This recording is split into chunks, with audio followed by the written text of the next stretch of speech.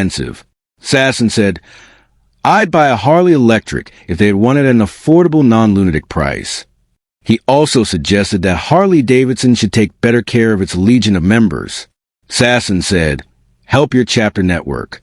Drop the HOG membership annual subscription, and hence a barrier to chapter entry. Personally, I see it as a tax, and so do most new riders. Support dealers. He added, create a dedicated distribution network for official HD parts, /oils, etc. Anyone that's bought a new Harley is going to want original stuff only.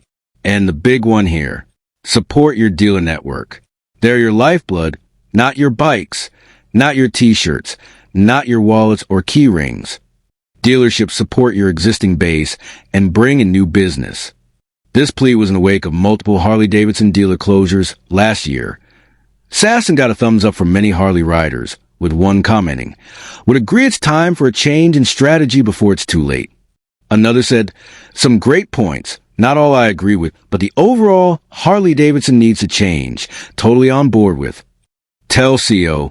One rider replied that Sasson's comments were spot on, and asked him to please send his suggestions to Harley Davidson CO Johanseitz, as he doesn't seem to have any grasp of how to run a successful business. In a competitive market, Harley Davidson overprice everything, and riders vote with their feet by going elsewhere. And one rider suggested, selling bikes at prices people can afford would be a good starting point. Luxury toys. Another wrote, motorbikes are luxury toys, but the market is changing and Harley Davidson are not. One person signaled their concern about the demise of dealers, saying, whatever the reason for the current pain, I can guarantee one thing, you'll never sell more bikes by closing dealerships. Who is going to buy a bike with no local backup or support? They were told by another Harley Davidson fan. Same thing happened in South Africa. There used to be 12 dealerships, and now there are 4 owned by 2 people. Each HOG chapter had hundreds of members, but now most have less than 20, with so many forming their own riding group or associations. Meanwhile, there was criticism about the price of Harley Davidson's new lineup for 2025.1 unimpressed person wrote. I'd say a lot of the damage is self-inflicted. The new touring bikes are overpriced, underdeveloped on the technology front, and ugly.